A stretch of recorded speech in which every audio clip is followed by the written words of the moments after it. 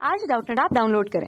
Doubtnut पर अपने सभी गणित, रसायन विज्ञान, भौतिक विज्ञान और जीव विज्ञान के डाउट्स का करो सफाया। बस प्रश्न की फोटो खींचो, एक ही प्रश्न को क्रॉप करो और तुरंत वीडियो सोल्यूशन पाओ। अभी डाउनलोड करें। नमस्कार।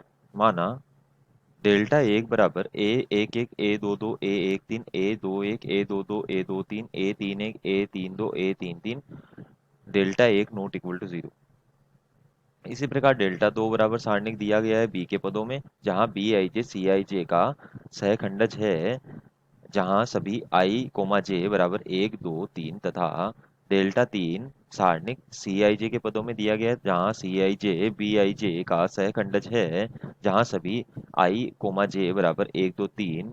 तो निम्न में से कौन से कथन सदैव सत्य होंगे, ये आप लोगों को यहाँ पे बताना है। तो देखिए जरा, यहाँ पे सबसे पहले आप लोगों को एक बात पता होनी चाहिए कि जो सहखंडजों से, देखिए एक आपके पास में जो एडजॉइंट ए होता है उसका क्या मतलब होता है। एडजॉइंट ए का मतलब होता है कि आपका जो कोफैक्टर मैट्रिक्स बनता है, यानी कि सहखंडज जो मैट्रिक्स बनता है, यानी सहखंडजों का प्रयोग करते हुए, यानी कि सी आई जे,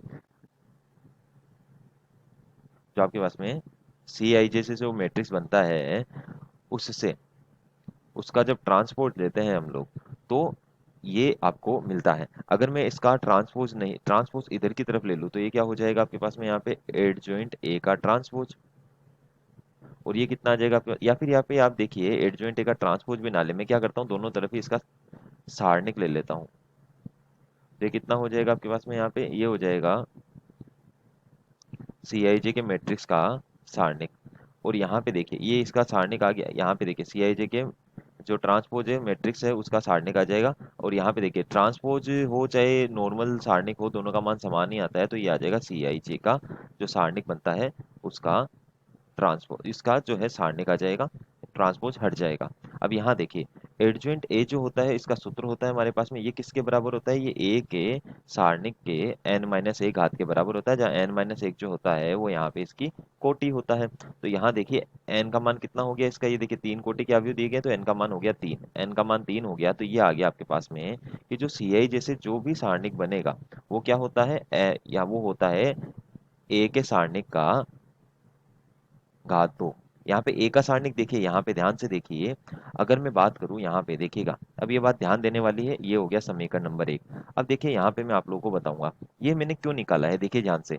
देखिए ए के जो सहखंडज है उनसे जो सारणिक बन रहा है वो बन रहा है, ये देखिए लेमडा एक के जो सहखंडज है, लेमडा एक के जो अवयवों के सहखंडज है उनसे जो सारणिक बन रहा है वो लेमडा ये जो डेल्टा दो बन रहा है। डेल्टा दो के अवयवों का सहखंडज से जो सारणिक बन रहा है वो डेल्टा तीन बन रहा है। तो इस वजह से मैंने यहाँ पे आपके सामने निकाला है कि सहखंडजों के सारणिक का मान क्या होता है। सहखंडजों के सारणिक का जो मान है यहाँ पे इस स्थिति में जब आपकी कोटि तीन है, तो देखिए सहखंडजों के सारणिक का जो मान होगा वो मान पुराने वाले जिसके सहखंडज हैं, जिसके अवयवों के सहखंडज है उसके वर्ग के बराबर होगा, उसके सारणिक के वर्ग के बराबर होगा। तो यहाँ देखिए यहाँ पे जो आपका डेल्टा दो दिया गया है वो आपके पास में किसके सहखंडों से मिलके बना हुआ है, लेमडा एक के अवयवों के सहखंडों से, तो यानी लेमडा एक के सारणिक का जो है आपके पास में वर्ग होगा, इसी सूत्र के प्रयोग करते हुए। ठीक है, इसी प्रकार आपका जो डेल्टा तीन है वो डेल्टा दो के अवयवों के सहखंडों से बना हुआ है, तो इसके सारणिक के वर्ग के बराबर ये आएगा आपके पास में यहाँ पे। तो ध्यान से देखिए यहाँ पे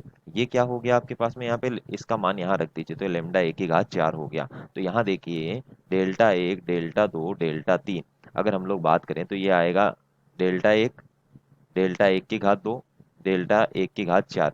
तो ये देखिए यहाँ पे क्या ये गुणोत्तर श्रेणी में है, देखिए यहाँ तो डेल्टा एक का गुणा हो रहा है, यहाँ पे डेल्टा एक की घात दो का गुणा हो रहा है, तो गुणोत्तर श्रेणी में नहीं है, समांतर श्रेणी में भी नहीं है। ठीक है, कोई दिक्कत वाली बात नहीं है। अब देखिए यहाँ पे हम लोग तीसरे विकल्प की जांच कर लेते हैं। देखिए डेल्टा एक की घात दो कब आ रहा है, जब डेल्टा दो में, डेल्टा तीन में आप डेल्टा दो का भाग देते हैं। तो देखिए डेल्टा तीन क्या है, ये है, और इसमें डेल्टा दो का भाग देंगे, तो देखिए डेल्टा तीन भाग डेल्टा दो करेंगे तो ये आपके पास आएगा डेल्टा एक की घात चार बटा डेल्टा एक की घात दो बराबर डेल्टा एक की घात दो। तो ये बिल्कुल सही है, आपका जो तीसरा विकल्प है वो बिल्कुल सही दिया गया है। ठीक है, तो इस प्रश्न का जो सही उत्तर है वो तीसरा विकल्प होगा। अब देखिए यहाँ पे इसकी बात भी देख लेते हैं, ये जो कह रहा है कि यहाँ पे डेल्टा दो जो आपके पास में है, डेल्टा दो भाग अंडर रूट डेल्टा तीन, इसका मान भी निकाल के देख लेते हैं। देखिए डेल्टा दो का मान कितना है आपके पास में, डेल्टा एक की घात दो है, डेल्टा 1 की घात 2। यहाँ इसका वर्गमूल कर देते तो डेल्टा 4 का वर्गमूल करेंगे तो डेल्टा 1 की घात 2 आएगा, ये दोनों कटेंगे, ये तो 1 आएगा, ये डेल्टा 1 तो नहीं आ रहा। अतः आपका इस प्रश्न का जो सही उत्तर है वो तीसरा विकल्प होगा। धन्यवाद। कक्षा 6वीं से 12वीं से लेकर नीट, IIT, JEE वो एडवांस के लेवल तक 1 करोड़ से ज्यादा छात्रों का भरोसा। आज ही डाउनलोड करें डाउटनेट ऐप या व्हाट्सएप करें अपने सारे डाउट्स 8400 400 400 पर।